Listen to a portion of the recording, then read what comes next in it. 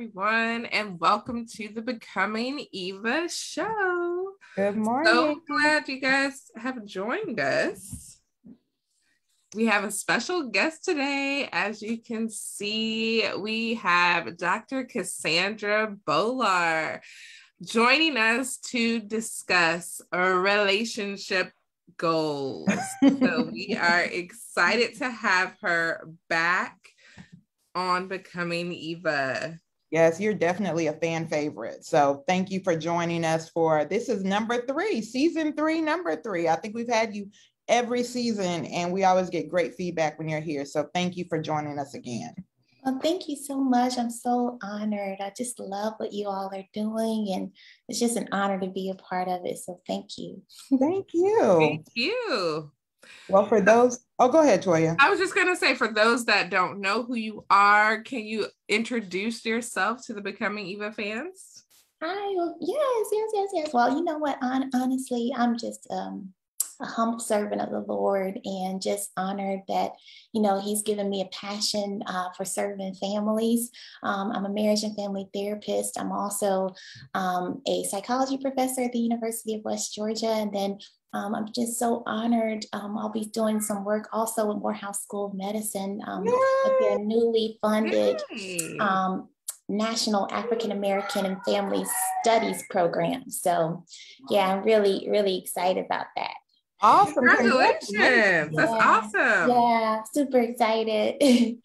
Very good. Great. Well, you've got a wealth of knowledge and experience to bring to the table. So we're going to be talking all things relationships today. But first and foremost, we have a new segment called What's Trending, where we actually ask our guests to weigh in on some current events.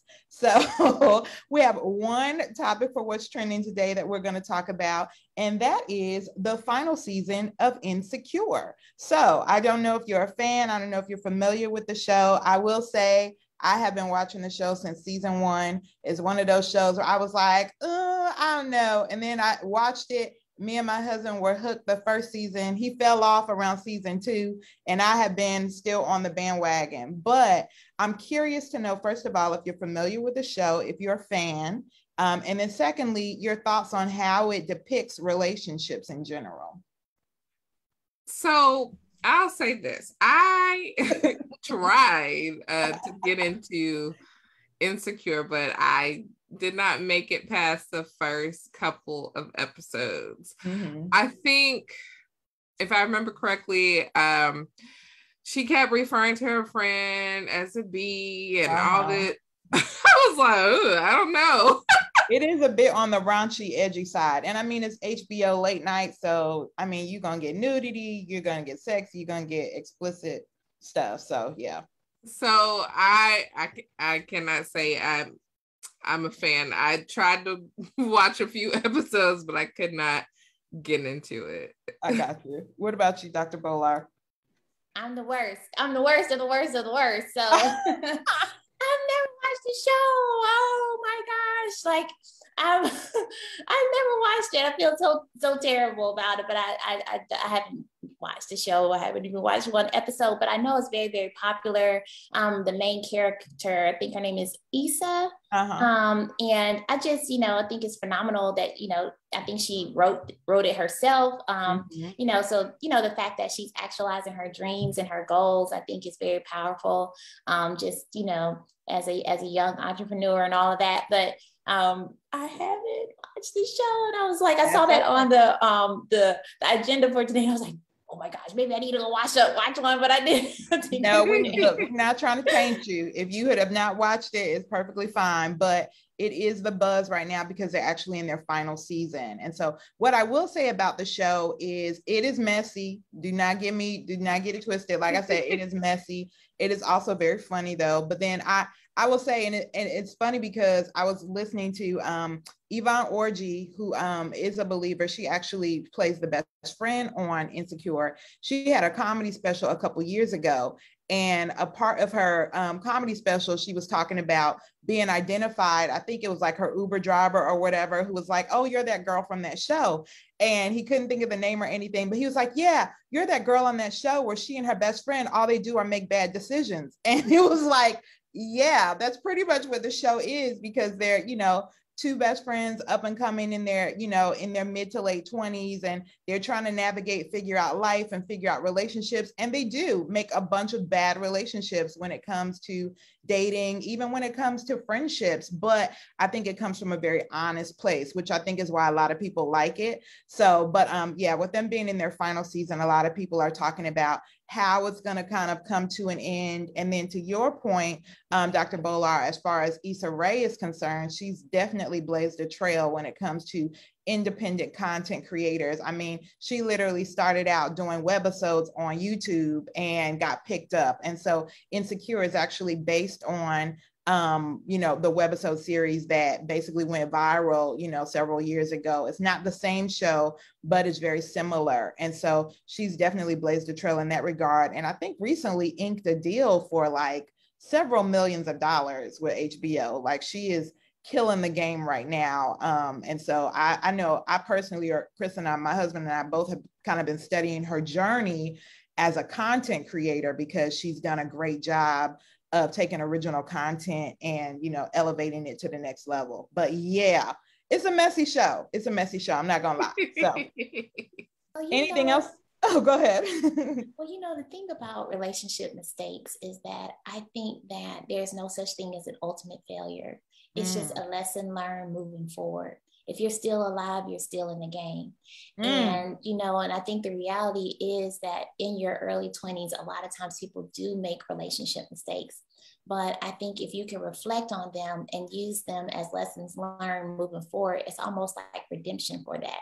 And it's just like you can use that as information moving forward to, become a better version of yourself and to create healthier relationships. Like, that doesn't have to create a trail, that doesn't have to create a trajectory for you. It could just be like a learning experience. Like, okay, that's the path I don't want to go down. And I always say, no, what you don't want to do is direction as well. And so there's no ultimate failure. If you're still alive, you still got an opportunity to create what you want.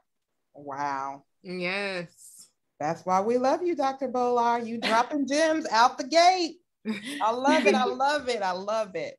Good stuff, y'all. Anything else on what's trending before we get into the topic at hand? Let's get into it. All right. All right. So first and foremost, we're going to talk about friendship. Okay.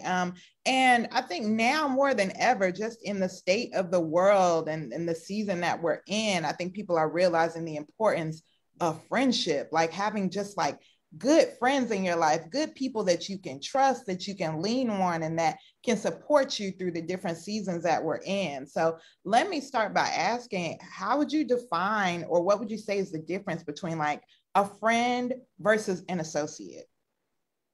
Okay, so friendship is so essential, and oh my gosh. So, I think it's the level of intimacy, right? And it's a level of self-disclosure. And it's good for us to, we want to be seen, we want to be understood, we want to be known. And so there's going to be a level of intimacy with respect to the knowledge level that they have of your kind of inner world and working life. And we don't just go and expose that to everyone because we don't feel safe with them. But one of the easiest ways to actually gain closeness in any relationship is through self-disclosure, especially self-disclosure of your emotional state and how you're feeling, and maybe even some, impactful experiences in your life.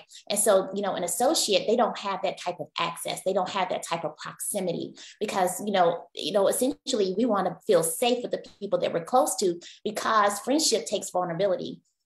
And it's that intimate knowledge, it's that closeness, and a lot of times it's that those shared that shared interest, and and that camaraderie, and usually doing things together as well. Like oftentimes you're going to be doing things together with your friends and building those shared memories, which is actually it's a critical element too. A lot of the It's so funny. A lot of the major components of friendship will be some of the major components of an intimate relationship. It's just that a lot of times it doesn't have the same levels of, overt affection. But at the end of the day, it's some of the same things. I don't want to get too far into that because I know that we're going to be going into that a little bit more deeply, but I think it's proximity, your associates and time spent together, it's just kind of out of convenience, or your associates because, maybe you work with them, or maybe, but it's not an intentional relationship. I feel like a friendship is an intentional relationship to be close to one another, and you're exposing, a deep level of yourself with them. That is really good. Yes. Well, Dr. Bolar nailed it right on the target. For me, I think I've always struggled with having friends, especially in my earlier days. I struggled with finding good friends because a lot of the times when I would become vulnerable with that person, they would use that information against me, just to be mean. I had a really hard time finding friends that were girls up until I would say college is when I finally started finding friends that I could truly call friends and I could truly be vulnerable with and open with them. And now we're like lifelong friends. And then, of course, like Maya and the wives of track stars, and even like my friends in my life group, we open up so much on so many different levels, and we hang out, our kids hang out together, families hang out together. And I would definitely say an associate is very similar to what Dr. Bolar said, like it's not intentional. But you might hang out with them if they're friends with your friend, and that like you guys are doing like a group thing or going out to dinner to celebrate a birthday or something. Like that's what I would say. You are you're just right.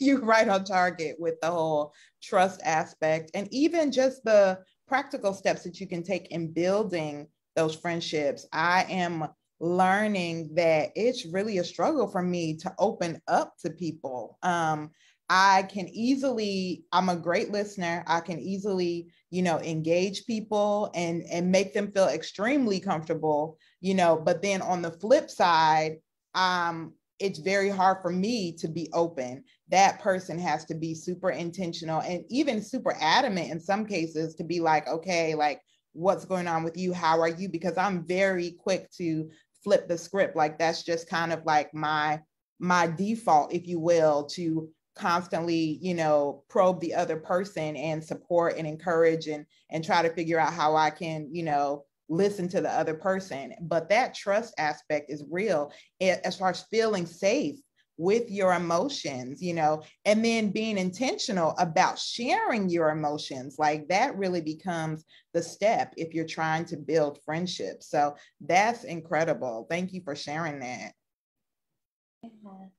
And I think when you get older, you have to be more intentional too. Absolutely. It's not like it was in grade school. You saw the same people every day in your class. You have to make time for your friends and be intentional, maybe for going out to dinner or spending that time together. But it pays off. The research is saying that if we lean into our relationships, we're actually leaning into our longevity. We're leaning into our health. And it's just so important. Like our relational health and well-being is so tied into our physical well-being and health as well. So very true. I think we're learning that now more than ever. Mm-hmm. So, and Toya, you kind of talked about this, how in some cases you may have opened up to people that ended up using the information against you. Can you share some characteristics, Dr. Bolar, of good friends, like basically people that we can, personally look at maybe taking some of those steps of vulnerability with? Like, what are some characteristics that we should be looking for when we're trying to find people that we can trust with our emotions? Yeah. So essentially, you want someone who has your best interest in mind. There's no competition. There's no jealousy. Like they genuinely like you. I think, of course, someone who's honest and trustworthy, because there's going to be sharing of intimate knowledge of your life. And so you want someone who's going to hold on to that and treasure that. Also, too, have you guys heard the term capitalization? Not in this regard. Okay. So this is something you can use in all your relationships, and it actually really bonds you with the person. And it's just like when you have some really exciting news, you share that with them and they amp you up. And it's not like they're not trying to one up you. Or I did that too. No, it's like, oh, you got a brand new show. Oh my God, this girl, that's so good. They get you all hyped up. And so you want someone who's gonna be like on your team and capitalize your wins, and someone who wants to see you succeed. I think, of course, trustworthiness. There has to be some degree of reciprocity whereby, you give, they give. And also, too, a lot of times, just sometimes it's invisible support that our friends really provide, whether that's, emotional support, or even sometimes it could be actual tangible support that they're giving you, in times of need. And so, someone who is caring, honest, trustworthy, consistent. We were watching a TED Talk in class, and this lady, she came up with this term, frientimacy. I was like, oh, that's cute. And she said that there were 3 components of frientimacy. One is positivity. So you want to have those positive interactions with them. Also, 2, vulnerability, because that's what's going to be that bonding agent. And then the last one is consistency. So you want somebody who's going to be positive, consistent, and vulnerable with you, essentially. And so I would say those are just a few. I could go on, but I don't want to take too many. No, that's great. Those are some great characteristics for us to just be on the lookout for. And I love the capitalization, like that dynamic. I think that is awesome. And you're absolutely right. Somebody that's, gonna, support you and cheer you on and celebrate with you instead of like competing with you, which is, that's awesome. Because really there's room for us all to win. Like there's room for us all to win. Like, just there's an abundance mindset, and I think sometimes people have a scarcity mindset. And so they think if somebody's winning over there, that's going to take away from their ability to win. But no, there's more. That's just evidence that I can too. And I think that, a lot of times people, when they can't show up as a good friend, a lot of times it's from childhood things, maybe, childhood trauma, or maybe bad bullying, or, they don't have a high degree of their own personal self-worth. And so they are intimidated. But that's an inside job that has to be done so that they can show up as a good friend. An inside job. Wow. We have those too. Yes. Well, let me ask, for those of us that have healthy friendships or close friendships, there also need to be healthy boundaries. So can you talk a little bit about that? Maybe you're in a relationship with a longtime best friend and, one person gets married, or another person starts dating, or one person starts having children. And, there are just different seasons that you enter where it's like, okay, our relationship can't look the way that it did prior to, for a variety of reasons. But can you talk a little bit about the importance of having healthy relationship, or healthy boundaries, in friendships? Yes, and I think too, it's just a consideration of your friend's season. And so sometimes there may have to be boundaries around that. Like, if they're shifting into a new season, maybe with you young kids, you may not be able to call them like late at night and be all up on late on the phone. So there may have to be like even a boundary with respect to the time that you call, or if they just got married, or not even if they just got married, but if their spouse comes in, they may need to get off the phone, and just kind of respecting some of those boundaries as well. And I think too, some friends, you hold dear, and they know you in and out. But I think sometimes too, you even have to be careful about the boundaries between your intimate relationship and your friendships, because your friends are friends with you. Wow. And I always say that if you need to seek counsel, you always want to seek it maybe from someone who is outside of your friendship network and someone who is a friend of the marriage, like wanting to see your marriage or your relationship thrive. And so sometimes there just has to be boundaries with the other relationships that the other hats that your friends wear, in that respect too, and just honoring their various different life stages and seasons. Yes, I can. I can definitely remember when we got married, a lot of my friends kind of fell off. Well, people that I called friends, they just kind of really separated themselves from me. And then some friends kind of stuck around, but it was very distant. And so when we were able to talk about like, hey, why don't you call me anymore? Why don't you want to hang out with me? You know, some of my friends were able to explain like, yeah, you know, I know you just got married and we wanted to like respect that and like give you time to, you know, get adjusted to the married life. And then eventually, once they got into that season of being married and then starting to have kids, you know, it made more sense to me. Like, okay, yes. And then we kind of like reconnected and our friendship started to grow even more intimate. Like once we were in kind of the same season, we could relate to each other better.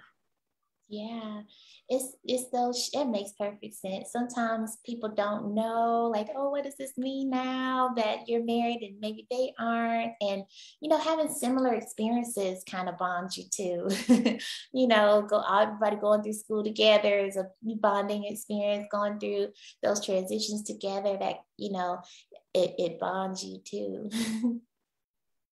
You bring up a great point too about having friends that are friends of the marriage as well, because I know that was something I was really intentional about when I first got married, wanting to make sure that I had friends. And of course, you know, you're going to have some friends that, you know, they're still learning or getting to know your spouse or what have you, or they're just from a completely different season of your life. But at the same time too, making sure that you have people in your life that support your marriage as well and aren't just like, okay, I'm about this person and not this other person. So really being mindful about that as well, I think is super important. Oh, hands down. Yeah, absolutely.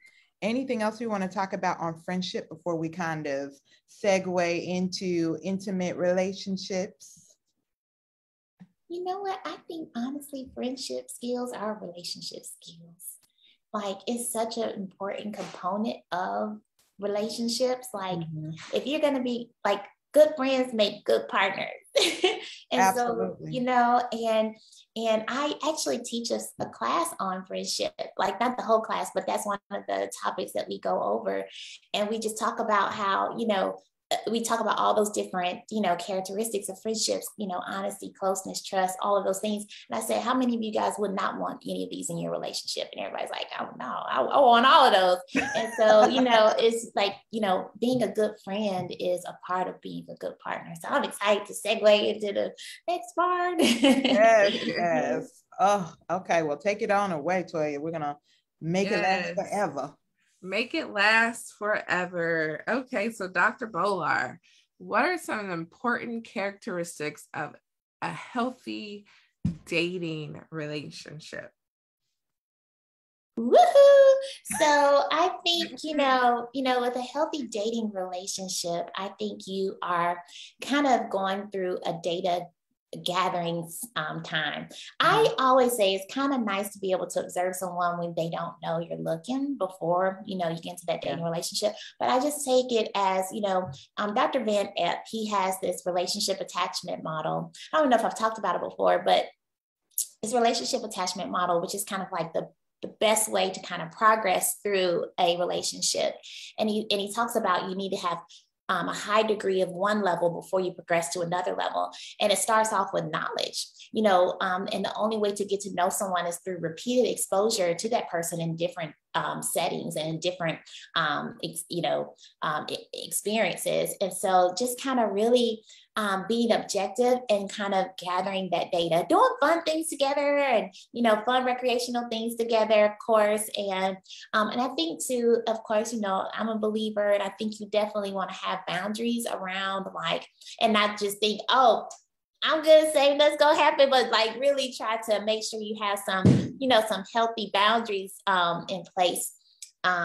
Just as a protection, they're guardrails, granted, when I'm driving, I don't hit the guardrails all the time, but they're there for safety, precaution. Yes. And so, I think having those boundaries in place, I think that's very important to, gather that data to figure out, can I trust this person? Can I rely on this person? Can I commit to this person? Can I move to the next level? And I think sometimes people move to the next level prematurely, and they don't, and then they learn who that person is. And now they have a tie or a bond with that person. And it's like, I don't really know who you are, but now that I know who you are, it's like, I don't really like that, And so I think really being intentional on kind of gathering that data in an objective way, and even maybe even in a group setting, if you can, before you move kind of to that one-on-one, level, of course. So I think those things are what's really important. Make sure that you're objectively gathering as much data as possible and trying to look with clear lenses. I don't know, there's this little saying, it says, before you get married, have both eyes open. And after you get married, have one eye shut. I love it. So you don't really see what you're getting into beforehand, and then have a lot of grace on the other end, because you're dealing with another human being who's also in their process and their journey of, becoming the godlike version of themselves.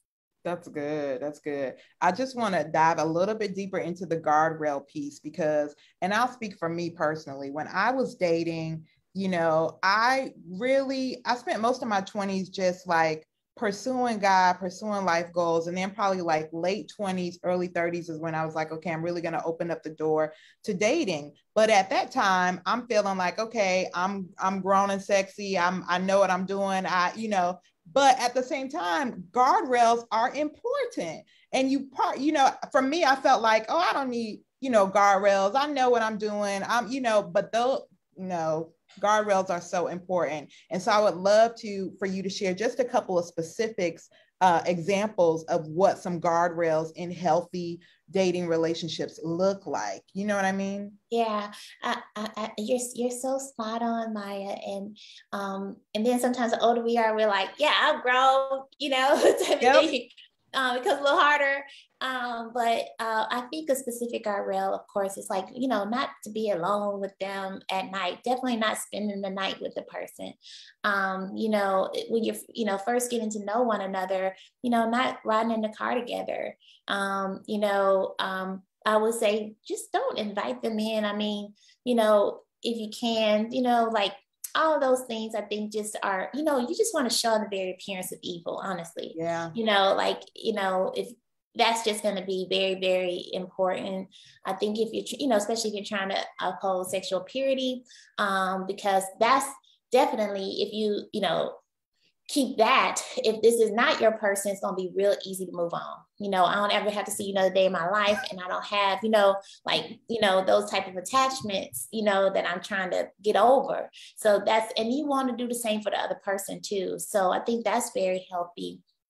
As well, maybe, especially first dates, you need to drive yourself. That's okay. Mm-hmm. Maybe even in a group setting. And I think those are just a few things to kind of, and then also too, maybe physical boundaries, okay, we're not gonna, touch one another. We're not gonna kiss alone or, or what have you, just making sure that you just have some precautions in there to kind of keep you safe. Those are great examples. And there's nothing wrong with having a curfew. There's nothing wrong with saying, oh yeah, curfew. There's nothing wrong with any. I just want to reiterate that because I was that person who was like, I'm grown, I got this. And meanwhile, the devil like, yeah, you got this. Keep on going. Keep on going. Sugar. And before you know it, you have crossed a line. You have, compromised in a way that you did not anticipate compromising. So just be mindful and know that there's safety in guardrails. Yeah. And the enemy is like, it's not like, it's not like a mile at first. It's like 2 inches at first. Yep. And then the 2 inches feel comfortable. Then it's a yard. And then the yard feels comfortable. And then it's a quarter mile. And then before you know, you're 10 miles down the road. And you say, what wasn't even going down that street? What happened? What happened? How did I end up here? Exactly. Very good. Thank you. I just wanted some examples. So thank you. I appreciate that. So can you tell us, how can you cultivate friendship in a relationship with your significant other? Let's say you don't have that as a foundation to begin with, but you're like, okay, hey, like, I really like this person, or we're in a romantic relationship, and I want to make sure there's a foundation there. Like, what are some steps that people that are already in a romantic relationship can take to cultivate that friendship aspect of the relationship? Well, especially I think so I know a lot of ladies listen to the show, and men too, right? But I know most of the ladies. So here's the thing, men open up through recreation. That's why they like playing basketball with their boys. That's why they like doing all those things, because, it's through that shared activity that they bond. Shared, like, oftentimes physical activity. And so that would definitely be my suggestion, is to engage in something fun. Even the research shows that when you engage in some type of novel activity with your spouse or your partner, that what we see is that dopamine is released, which is that neurochemical of pleasure. And then we start to associate that with our person. And that's good. And that's a positive bonding. And, so friends do fun things together. So that's what you definitely want to make sure that you have that doing those fun things, and not just, sporadically, but having it a regular part of your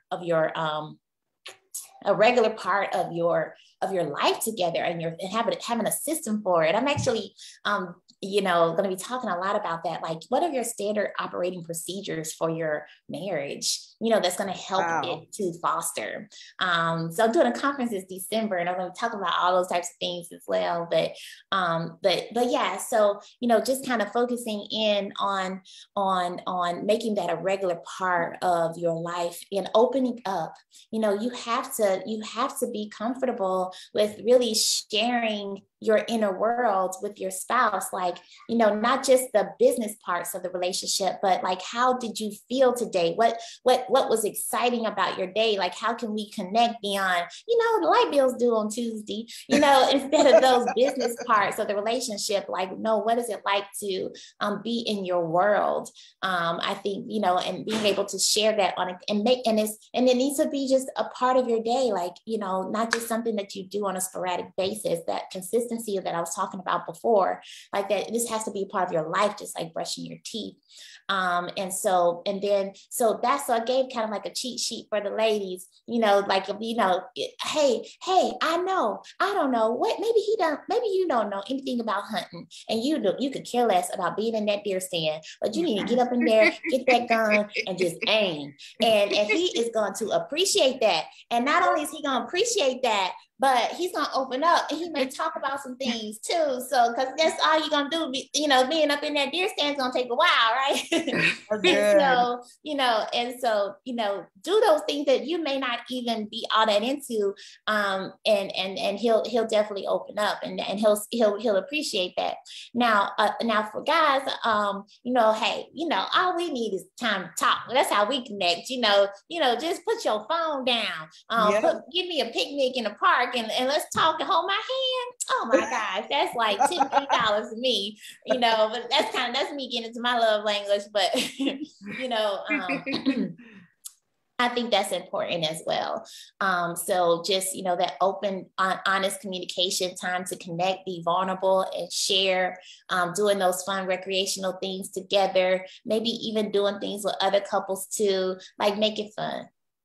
I love it. I love it. This is some great stuff. Oh, so Dr. Bolar, me and my husband, we are probably an outlier of the typical way that you date. Before Ryan, I dated a guy for 4 years. But with Ryan, everything was like fast forward, like really, really, really fast. Like we met, we met, he asked me to be his girlfriend after 7 days. He proposed after 4 months, and then we got married. I think it was 6 months later, all within a time span of a year. So for us, the friendship developed like really quickly. We spent a ton of time together. I was just coming out of my 4-year relationship with this guy that I met at church. And I think I might have, I don't remember if you were on the episode that I talked about that relationship, but basically things ended really poorly. And then he ended up being like killed in a car accident. So it was like a really awful time. And I kept telling God, like, man, I don't want to have to date somebody for another 4 years, getting to know them, and then waiting to have sex, because, you know, we were waiting for marriage.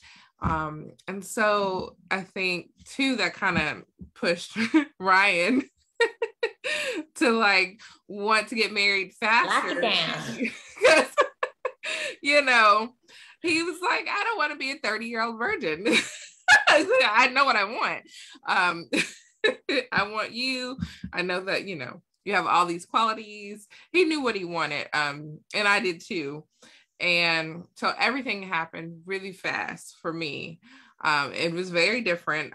But we definitely had like Christian mentors over us and Christian people that kind of vouched for our character, that knew us like as godly people and things like that. So it was helpful to have other people that were godly and that were mentors for us. And we definitely felt comfortable with like the speed of everything. So for us, it was different. But I will say, where you were saying like maybe do something that you typically won't do. I did the fantasy football with Ryan, the very first, in that time span that we were dating or engaged. I did fantasy football with him, and he like loved that because, you know, talking football and who you gonna put in, and I didn't know anything about football. And I still don't. And so we did fantasy football together, the very first time that we were dating. And then now he's like, oh, so you only did that so I could just fall in love with you, and we got married, and now you don't even want to do fantasy football anymore. I'll watch the football game, you know, with him occasionally, but yeah, the fantasy football, I was like, that takes too much time. We've got kids now, and I can't be, because like sometimes we would be come out of church or whatever, and he's like putting people in. I'm like, we can't even get out of the parking lot. Like, it's just like talking about, well, so-and-so got hurt, I gotta take him out and put this person in. But anyways, I was just saying that he definitely bonded with me over fantasy football, and he absolutely loved it. That is funny. I think, yeah, that fantasy football. I think I did fantasy basketball. I didn't do fantasy football, but yeah, definitely a great way to connect with your significant other. So let's transition into characteristics of a healthy marriage. Can you share with us some key characteristics for that? Jesus, Jesus, Jesus, Jesus, Jesus, Jesus, hallelujah, Jesus. Facts on facts on facts. 10 times 10. No, I don't even know. No, it's real. Jesus. But Jesus again, Like honestly, you cannot show up as your best self without them. Like it's just really impossible. It's impossible to be a good parent. It's impossible to be a good spouse. Like that's ultimately, and that's the ultimate relationship, honestly. And I think sometimes we even look to our spouses to be our source, but they are not. And so if they, you know what I'm saying? Because they're just another human being. So you really have to have Christ, your relationship with Christ as your foundation, so that that's the cup that you're pouring out from. And so that's the cup that you're pouring out from into your marriage instead of the other way around. Okay. So I think that essentially is key, is critical for building a kingdom marriage, so that you have a godly perspective, because there's such a secular view on marriage with respect to, just you getting your needs met, this, that, and the other, but it's not really covenant. You know what I'm saying? And so, you have to understand like what it means to be in a covenant, like based on your covenant with Christ first. You know what I'm saying? And so I think that like if I could say Jesus a million times, like that's exactly what is needed, because and just for the leadership of the home, and I do counseling as well. And one thing I see for couples, especially my believing couples, when things go off, it was somewhere where they got off in their relationship with Christ, and it spilled over into their marriage. And so that is just, I think, key. Now, of course, on the research side, we see that having similar, sometimes two people think like we have a romanticized view on marriage, right? So people sometimes think if I meet the right person, then my life and my marriage will be perfect and it should come easily. But here's the thing, is that compatibility is just like talent. Yeah. Talent does not win championships. It's nice to be talented. Yes, we're playing basketball. It's nice that you're tall. But at the end of the day, you have to practice, you have to sacrifice, you have to work hard, you have to really build, and you have to actively work on this thing. And you have to honestly think the thing that you're working on the most is yourself. And letting go of your selfishness, letting go of just, all of those things. And I think to be able to do that, you have to have the mind of Christ. And so because he didn't come here to serve his own needs. And I think we can't even use marriage as a means to serve our own needs. We have to use it as a means to serve the needs of our spouse and the needs of Christ and the kingdom. Wow. Because essentially that's what it's about. It's about kingdom building. Yeah. Yeah. And so, so I think essentially, having Christ as a center is a mandate. It's not even an option. It's a mandate for if you want to have a healthy marriage. And then secondly, I think also, actively working on your marriage. Like, just like anything else, we brush our teeth every day because we want to have nice, clean teeth. Like we have to have ways to maintain this thing. And I think so you have that also too, similar core values. Right. So you guys are on the same page with your core values. Now your personalities could be totally different. I think actually God partners us with someone with a different personality to actually expand our capacity and cover our blind spots. So, having those similar core values, especially having an effective way of communicating, of course, avoiding the 4 horsemen, criticism, contempt, defensiveness, and stonewalling. And at the end of the day, a long-term marriage requires long-term forgiveness. Because your spouse is not perfect. They're another human being. And likewise, you are too. And so those days where you don't show up as your best self, you want them to give you grace. And so you want to be able to operate in forgiveness because, here's the thing, the bait of, I don't know if you all have read The Bait of Satan by John Bevere. But the enemy wants to use offense and unforgiveness to change us and shape us into angry, bitter people. And so that he can get a foothold here's the thing is that God has a plan for your marriage, but the devil does too. And he likes to use offense and unforgiveness to get in the way. So our best defense against that is having a malleable, soft heart like Christ that is forgiving, readily to forgive. Right. And that's the only way we can show up as our best self. And so I think having a forgiving heart, that the effective communication piece, also too, you know, having an effective way to repair. So like really knowing each other's apology languages. It's the repair thing, because here's the thing, everybody starts off happy. But there are maintenance things to keep it and to help it grow, to have this shared meaning, to know each other's love map. You know, like I know what you like for coffee. Like I know what your day was like. I know what's going on in your world at work. And so, you know, having an effective way to repair, I actually recommend everyone, you know, we talk about those love languages, and we definitely want to make those deposits in the right love accounts. But I think what's even more important is having a way to repair, because it's going to happen.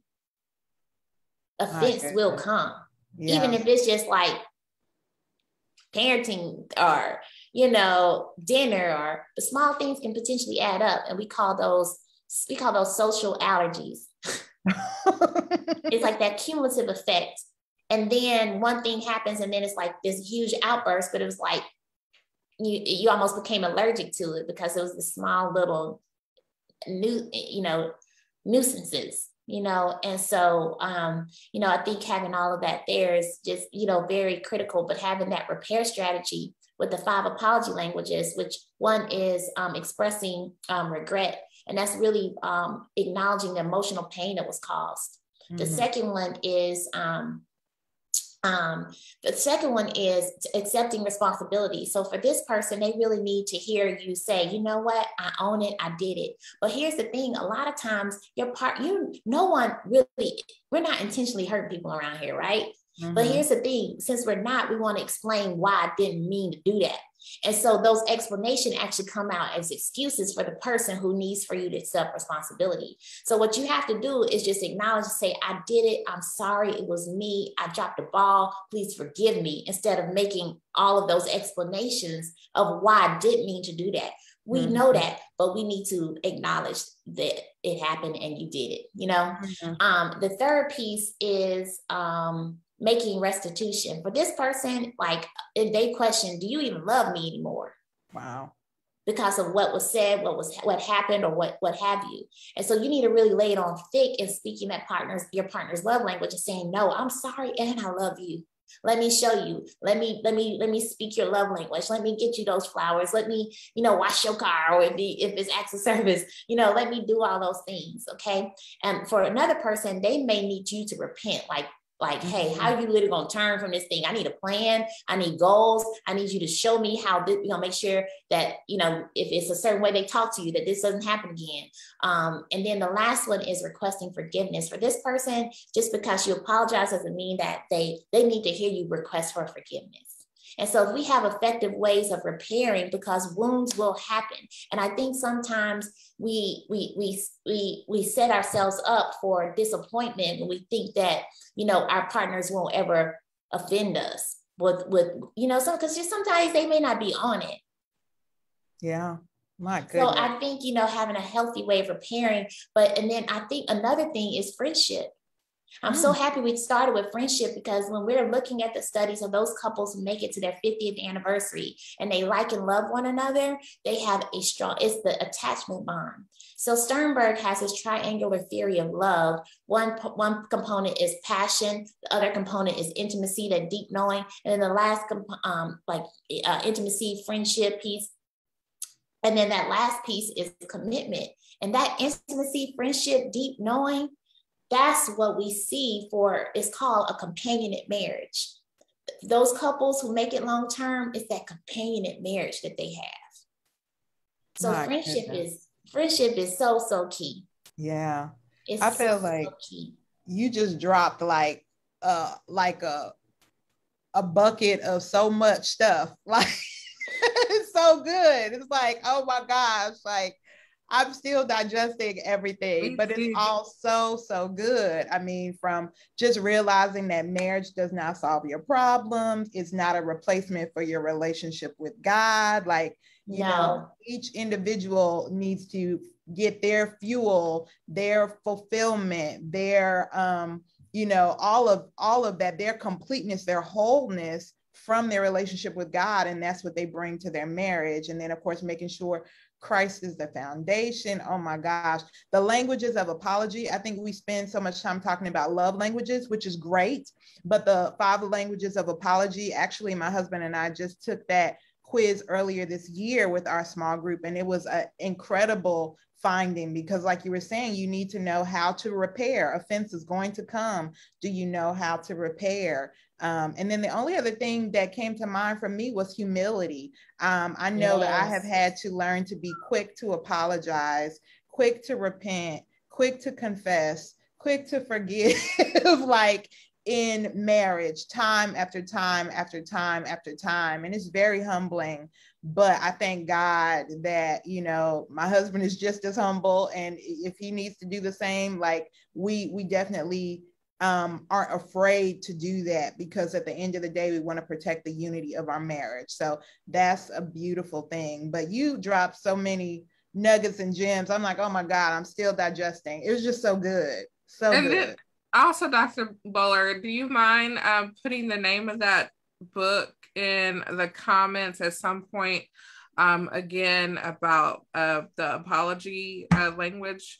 I know I want to read that book. I was just thinking of examples when you were saying, like, I was just how me and my husband, we apologize to each other, and sometimes he'll say, but why are you adding to that? That sounds like an excuse. So I said, oh, when you said that, I was like, uh-oh, I do that sometimes. He's like, no. No, don't add it. Yeah, you didn't mean to. You know, we don't want to hurt one another. So we're trying to explain why we didn't really want to hurt you, you know? Right. It's not coming from a bad place. Very good stuff. One thing that you did delve upon, I know you're saying you do marital counseling, and some of this you've already, addressed, but is there anything you want to add specifically on how we can divorce-proof our marriages? I mean, divorce still runs rampant, you know, even in Christian households, kingdom marriages, you know, falling prey, even after, you know, decades of marriage. How can we divorce-proof our marriages? I think not letting it be an option, like just literally taking it off the table. And, you know, making a personal commitment to try to be your best self in your marriage. And I think, honestly, forgiveness, I think is just, you know, it's just so key, and having a way to repair so that the enemy doesn't erect a stronghold in your marriage, because what he uses bitterness and resentment as one of the 2 most powerful tools in his armory to drive division, because he wants to drive division, and he wants to create selfishness, apathy, and disunity. We look at those, that stands for sad. And so he wants people to operate in that selfishness, that apathy, that disunity. And the way that he builds that wedge is through unhealed wounds, through the bitterness, through the resentment. And so if we can, and that's a I need to work with God type of thing to get rid of any of that and try to heal, and you know, go into your partner. And that humility piece that you said before is just so powerful, because pride can definitely get in the way. That's another thing that I think he uses too. And I think we just cannot be ignorant of his devices. And I think as well, we have to, when we get married, we actually walk into the ministry of reconciliation. Wow.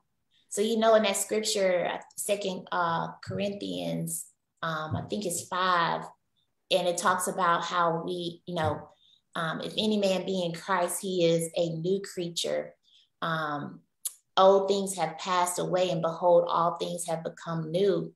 And and since he has been reconciled back to Christ, now God has kind of given him to the ministry of reconciliation. And I'd say, if any marriage be in Christ, it is a new creation. Old things have passed away. Behold, all things have become new. And if we have to personally be reconciled. That means to make amicable. That means to restore. So since we've been restored personally back to Christ, then we have been called to the ministry of reconciliation in our marriages. And that'll help to divorce proof it.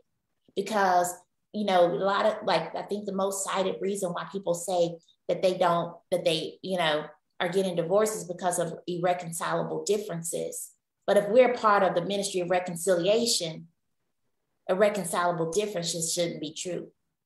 That's good. That's really good. Oh my goodness. Because when we get married, that's the ministry we join. Wow. Our old life of singleness has passed away. Wow. Behold, all things have become new. And even and this is a daily walk. So even the mistakes of yesterday, that's passed away. Behold, all things have become new. So that bitterness and resentment can't be erected, because that's what the enemy wants to use. Whew. Wow. I feel like I need to go back and play this one over again and just take it all in. It's a lot of stuff, a lot of great stuff. Whew. Anything else you all want to add? This has been phenomenal. Oh my goodness. Well, I guess I'll put a little plug out there.